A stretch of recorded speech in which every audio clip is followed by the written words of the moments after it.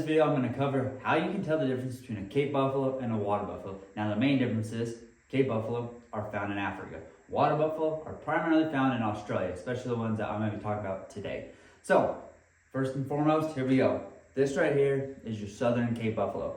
Now, this is a primary species of buffalo that is hunted across Africa. You'll find them from South Africa all the way up into countries such as Uganda and Tanzania. And then you'll start getting into different breeds and subspecies of buffalo found in Africa, which we'll cover in a separate video.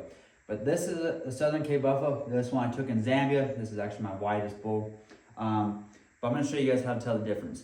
When you're looking at a picture, and this is like when you're looking at trophy photos, live photos, whatever it is, this is how you tell the difference. And the reason I'm bringing this up is because you hear a lot of people say, you know, if you say, I'm going to Africa, like, oh, are you going to hunt a water buffalo? Or a lot of people are like, I want to shoot a water buffalo in Africa. And the best one I heard yet is a lady, she is local, and they went over there and she's like, yeah, my son, he shot a water buffalo while we were in Africa. And I'm like, no, he didn't. He shot a Cape buffalo. You know, and that's why I'm wanting to do this video, is to describe and explain the difference, how you can tell the difference between a water buffalo and a Cape buffalo. And so here we are. This is southern Cape buffalo. And when you're looking at this skull here, and you can just, there's a big difference. If you just look at both these skulls, there's a big difference. But here's the southern Cape buffalo, or just Cape buffalo, period. Cape buffalo has what you call a boss. This is what this helmet-looking material is. And this is the horns, and this is the boss right here. This is what, you know, it looks like a helmet on top of the skull. It's protruding at the very top of the skull, and then it drops down, comes up, and sometimes, you know, this one has a slight hook back, not very much, but sometimes they get a pretty good hook back.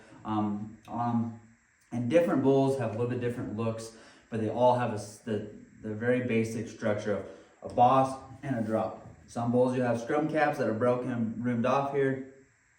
Some bulls have bosses that are touching. This bull does not. Some bulls have bosses that are much smaller, almost round, like a baseball shape on them. Just different genetics, different looking bulls are found across all of southern Africa and Africa. And it just, you gotta look at the key feature. Boss, drop, up. Now we're gonna move over here to the water buffalo. This one's from Australia. I'm just gonna pick it up so you can get a look at it here head on. And I'll explain the difference here. So there's no boss on a water buffalo. The horns are protruding from the side of the skull here, and they come out and up at a slight angle at the same time. There's no drop, no boss, no hook down, nothing of that. Comes straight out and kind of up, almost in like a banana shape. As you can see, it comes out and curls up. There's another water buffalo that's hunted a lot in Argentina and South America, and you can find them here in North America introduced, that have a similar shape. They have a lot shorter horn, and I have one. I'll show you guys in a separate video when we talk about the different bovine species, but they have the same thing. They come out of the skull and they go up. That's like a very distinct characteristic. They all come out and up. They don't have any boss. There's no boss on top of the skull. They all protrude out the side of the skull. And another big thing is these horns, like this one, they will come off. But Cape buffalo, you can't take the sheath off of a core.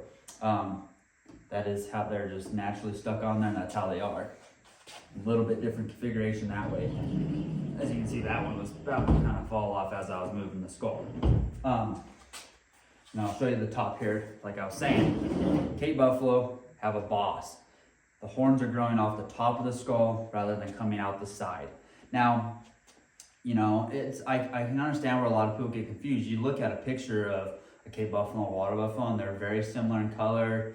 You know, it's for the unknown trained eye, or the person that doesn't have the knowledge, it's very easy to confuse them. But that's why I'm doing this video, is to give you guys a little bit more knowledge and explain why, and show you the difference. The big thing is you can see a huge difference in like the configuration of the skull, especially if you're just looking at pictures of like European mounts or skulls. This water buffalo has almost a purely flush skull. You know, from the top of the nose, it's almost completely flat. There's just a slight deviation where it comes up. Whereas on a Cape buffalo, it has a massive, you know, kind of a uprising here for the boss configuration. Like I said, some bulls change and vary and are different, but they're all going to have a similar structure and a similar build to them, to where it comes up and has kind of a big forehead, and up to where the water buffalo actually has no like protruding forehead. Obviously it's like a big flat forehead, but it's not like a big bulge. So when you see a live photo or video and they're looking at you, the water buffalo is gonna come out like this, as where the Cape buffalo is gonna have his forehead's gonna come up, boss, and the bull's gonna drop. I'll put two different photos in here on this video to show you guys a photo of a live Cape buffalo I took and a photo of a live water buffalo I took, and you can see the difference between the two. The reason I did this video is because I want to help give you guys some more knowledge, explain to you guys what you're looking at, especially if you are dreaming of going to these places hunting or just wanting to know a little bit more about wildlife. That's how you distinguish the difference between a Cape buffalo and a water buffalo. And I hope this video did help you guys out a little bit. Like I said, I'm going to go into a separate video where we dive into the different bovine species across the world, between buffalo, bison, ox, all that type of stuff. And that one will be a little bit more in depth at explaining where the different species and subspecies are found and where you can hunt them. So I hope this video has helped you guys out, and I appreciate you guys taking time to watch it. Subscribe to the YouTube channel, follow me on social media. I really appreciate all the support. Thank you guys for watching this video. Stay tuned for the next one.